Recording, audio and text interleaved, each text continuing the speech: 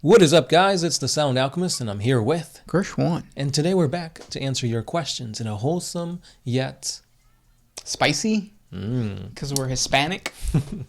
for the greater. You know what's... Oh. No, go ahead. You know what's really funny? I was on TikTok, and then this TikTok came up of a Russian woman who knows Spanish.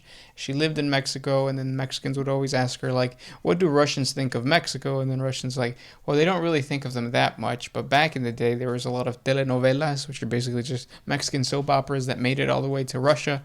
So Mexicans in Russia are viewed as, like, romantic.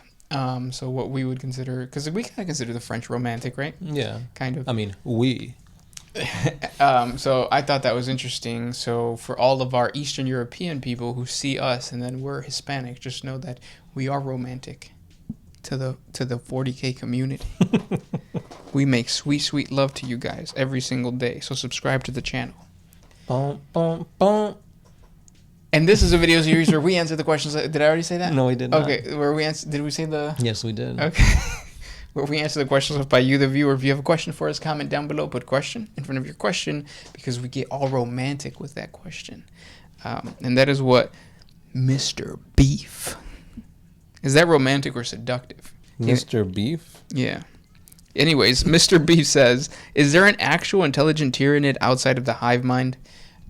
So basically, is there a controlling body for the Tyranid hive mind? I was going to say Norn Queens. But they're not, because there's multiple of them. So the Norn Queen is actually one of the bioforms that was created by the Tyranid hive mind, because they understand that sometimes battles do require kind of like a president. Mm-hmm. And it's kind of the same thing with the Constitution, and like the reason that America has a president and not just a Congress right. is because in times of war, Congress is slow. So the Norn Queen is our president, or is the president for the Tyranids. The Norn Queen is our president. Yeah. And, you know, they can make quick decisions. Mm-hmm. Sometimes those decisions are just turn off the light and go instinctive. Right. Like instinctive behavior. Yeah. But yeah, other than that, so far GW has not introduced any like one person in control of the Tyranids. That might change if we find out that it's the old ones, kind of. Because at the end of the day, it could be like the alien versus... No, Prometheus. Where like we find out that the alien race was created by those giant gray dudes. I recently saw Prometheus again, and I liked it less. You liked it less? I liked it less than the first time watching it. I need to rewatch it. But basically, it's like it was a biological weapon. Mm-hmm. So the Tyranids could be that. Now, me personally, I don't want the Tyranids to have like a quote-unquote president-type creature. I like the whole idea of the hive mind and have that be their own like autonomy. However, I'd be okay if it turns out that they were a weapon by the old ones. Yeah. Yeah, I like the concept of not having centralized power just because of the fact that, like... Yeah, I feel like it'd be the same thing as like the Zerg from StarCraft. Right, and I think that was ruined with that one chick, right? Yeah, because they did come out that like this Zerg lady is now like the queen. The queen, yeah. Yeah. I like them just being more. We're alien bugs that want to eat all life. Yeah, because it reminds me of Ants Canada. In your opinion, do you like Ants or A Bug's Life better? I have to rewatch Ants. It has Sylvester Stallone in it. It also had, what's his name? The main character? Oh, wow. What was his name? Not Andy Dick. Why I always confuse him with Andy Dick. But yeah, that other guy. I could picture him. He's got glasses. Yeah, he's old. That was I don't think that movie was for kids, now that I think about it. Which is why I think I kind of might enjoy it more now. But back when I was younger, I probably enjoyed Bug's Life. Yeah. But that cricket, though... Right. That cricket was like... It was a villain. It was bad. Mm-hmm. It stepped on the head of another cricket. that's exactly what I think about. Oh, crickets. Next question. This one's by Deuce Grande. Do orcs differentiate between loot, scrap, junk, and high-tech stuff? I'm sure mechs do, yeah. And it's a biological thing. like mechs see technology differently than a regular orc. Mm-hmm. A regular orc would. They're all the same thing. Yeah. Yeah. Next question comes from Brandon Barnett. On the orcs again. If red makes you go faster, do blood angels move faster in proximity to orc hordes? No, that's not how WAAAGH energy works. It's really just affecting probability. So if you paint an orc vehicle red, probability would say that like the combustion works a little bit better. You know, the pistons move faster than normal for some weird reason. More lube, I don't know. Yeah. But yeah. Simon Teese, another orc thing. After a while, in a war between orcs and Tyranid, would both sides end up being the same, i.e. orcs evolving to match the Tyranids and the Tyranids evolving to match the orcs? So, would the Tyranids also be able to use the power of the wall if this is done? Yeah, that's a possibility. It's actually, it was a fan theory for a while, and they had a 40K story where they did manage. It was actually the Tau Empire who collected orc bodies and Tyranid bodies, fused them together, created this new species, sent that species against the orcs and the Tyranids, and it conquered the orc and the Tyranids. But now you have that species to get rid of. It was under the control of the Tau Empire. Oh. Yeah. So, yeah, it's possible. Next question. Once again by Simon Teese. Does free enterprise exist in the Imperium? Small businesses, shops, bars, etc.? It depends on the world, the planet, but yeah. Mm-hmm. Like on a feudal world, obviously, if you want to trade your turnips for beets, you can. You like beets? Headphones? I mean, only if they're by Dre. Who has a new girlfriend now. Who dated Nas, apparently. Oh. Next question. This one is by The Big One. Are there still hot Ebony queens in the 40K universe? Claro. Yeah. Why wouldn't there be? Right. Because queens got to raise up queens. So Right. it's like an unending lineage of royalty. Yeah. Something like that. Mm-hmm. This question comes from Polished Pebble. Polished Pebble. Would you rather the tabletop match the lore or the lore match the tabletop? Ooh, that's a really tough question. Yeah. Well, I think there's a lot to think about, because if the tabletop matches the lore, the tabletop always changes depending on edition, depending on codicy that drops. So that would mean that the lore would be constantly changing. But if you put the lore matching, or if you put the lore matching the tabletop, then Space Marines are going to keep doing what they're doing now. Win. Forever, too. Mm-hmm. Like, it doesn't matter on the edition. No, Space Marines are just going to be head over heels the best army. Yeah. So then we're just going to have Space Marines versus Space Marines, because eventually nobody's going to want to lose. But I think the lesser of two evils is the tabletop matching the lore. Yeah, I would say so. Yeah. Next question comes from Tim Balco. What exactly are digital weapons in 30K, 40K? They're basically just like STCs in that it's a small compartment with the details of a weapon. The big difference between an STC is it just gives you data, whereas an actual digital weapon digitizes the structure, creates it in real space, and then you can use it. I think Green Lantern ring. Basically. Next one. This one's by Connor Motzinger. Why does GW keep making the Emperor seem like such a cold, careless master, when he obviously did care about humanity and his sons? Yeah, it's kind of like the same thing with like Goku and Piccolo. Like, people are like, oh, Goku was a bad dad. Piccolo is the best dad that Gohan had. It's because people always focus on those things. Like, the Emperor did have a lot of things that he could have improved on. But yeah, I believe he truly did try to help humanity. I don't know about the Primarchs, though. But humanity, yeah, he was looking out for them. For sure, yeah. And it could just be like the direction that GW wants to take it, and then they're going to switch it on you. It's kind of like a movie that gives you a plot twist at the end. Mm-hmm. This next question comes from Brad Williams. What are the Chaos Gods' favorite races? What are their favorites? Humanity. Yeah, for the most part. Yep. Yeah. Because I feel like, I think they've said it, where humanity has the most influence over the warp, because they're the most like their emotions, their belief have more power over other Xenos, which is why we don't see like Chaos Orcs, Chaos, Chaos Eldar, Chaos Tau. It's usually cultists that are humans or Chaos Space Marines. Right. Right.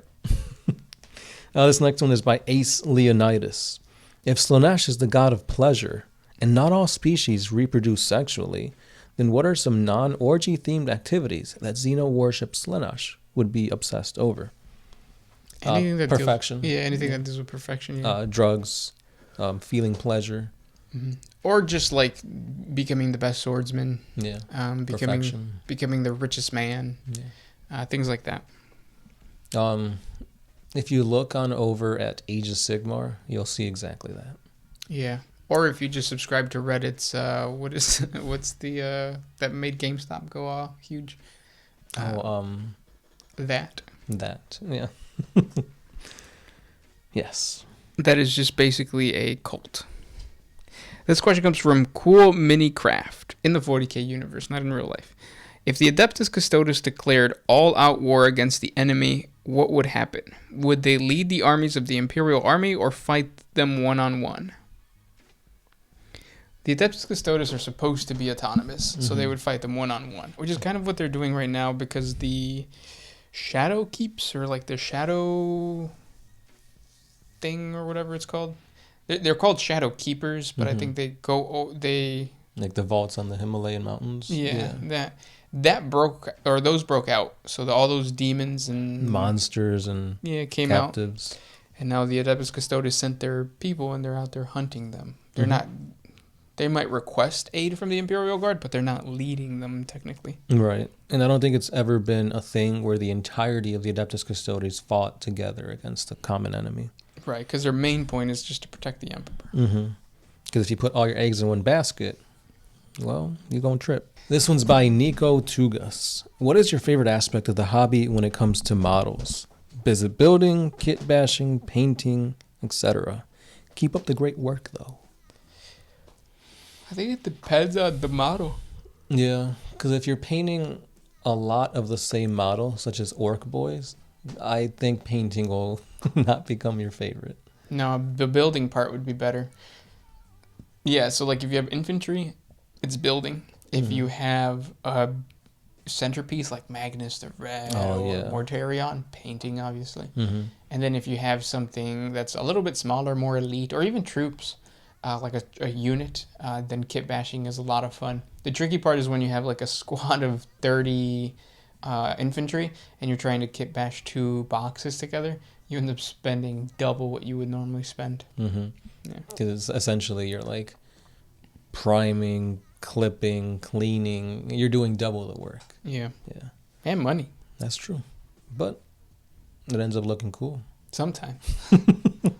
But in general, what do you think is your favorite aspect among those 3? Painting, building, kit bashing. Kit bashing. Yeah, I'd say so. Because there's a bunch of different like things you could do to make it look much more cooler. Yeah. Especially if you're using green stuff and you're not just bound by what you have. And you feel like you're getting like an edge over, like your army's gonna look different, which is awesome. Yeah. Joseph Pa 05. Why doesn't the Imperium use virus bombs against the Tyranids? They have. And it's not very effective. Because if you virus bomb Tyranids, you're going to probably kill off the first wave.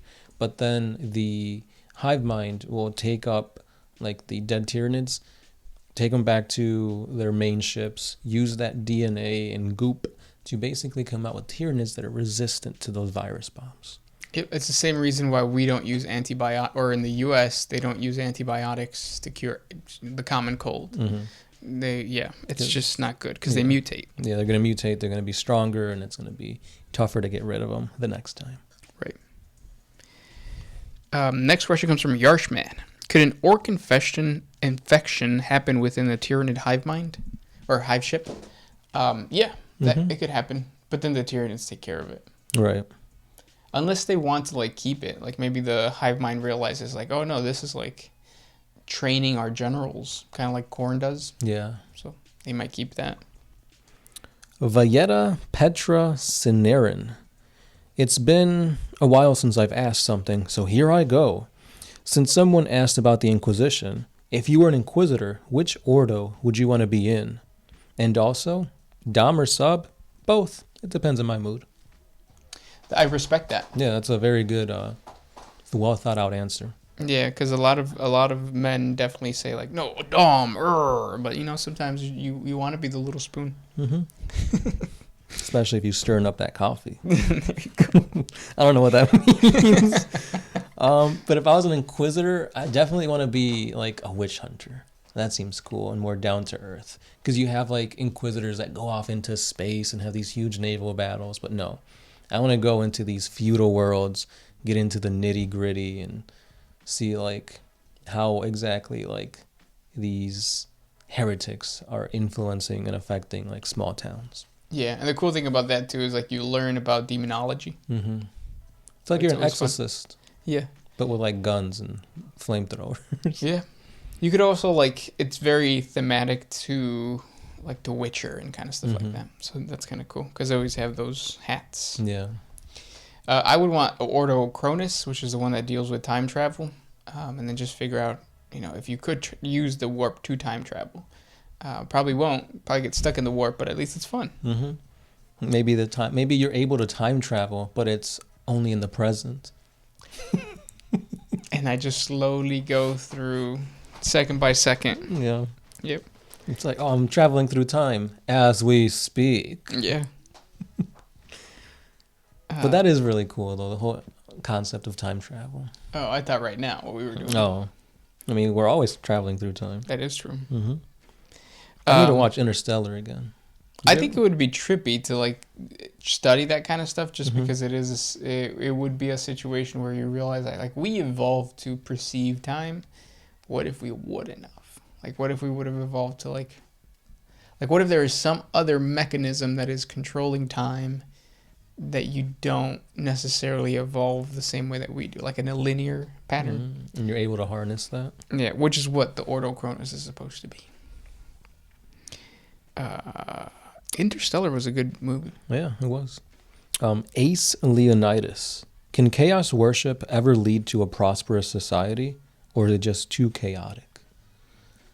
It depends on what you consider prosperous. Yeah, like when you look at Zeech, these people can build like palaces of glass, mirror, these kind of things. When you look at Slanesh, there are same thing with like infrastructure. Like there are patterns that allow you to defy gravity. So the technology for that is amazing. Not to mention perfection. So like every single citizen is a perfect representation of something. When it comes to Nurgle, no one dies. Yeah, eternity. Yeah, you have the Gardens of Nurgle where he's just concocting different potions and stuff. So I guess perfection in the chaos sense is the domains of each chaos god. Kind of, yeah. So, who knows? This question comes from Superfire.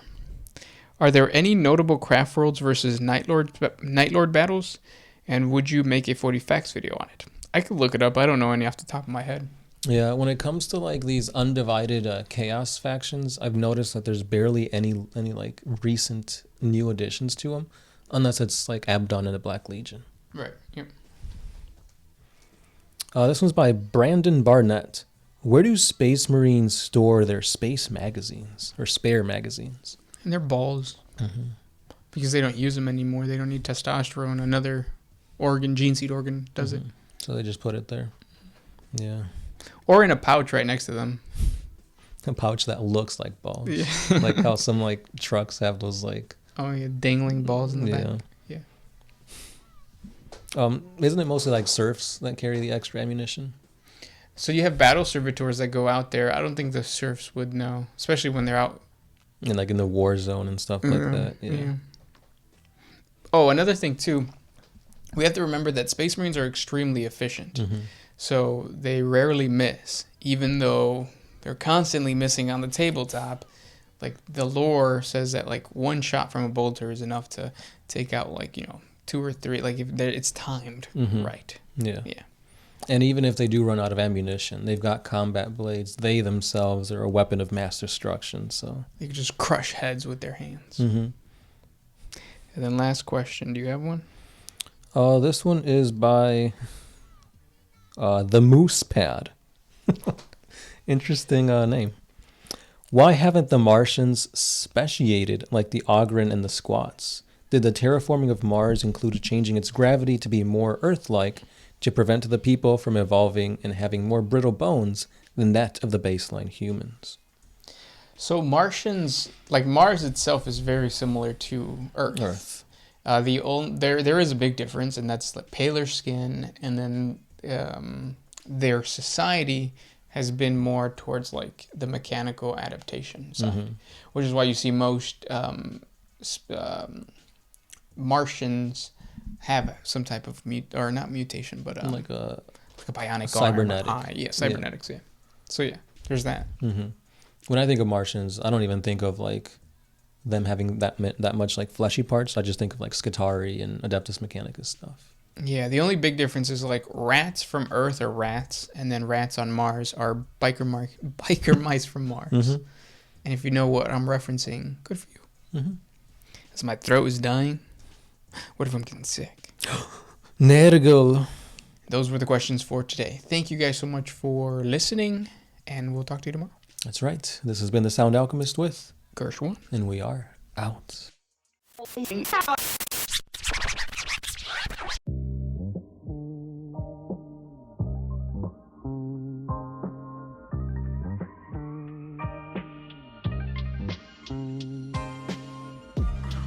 if you could put my freedom back in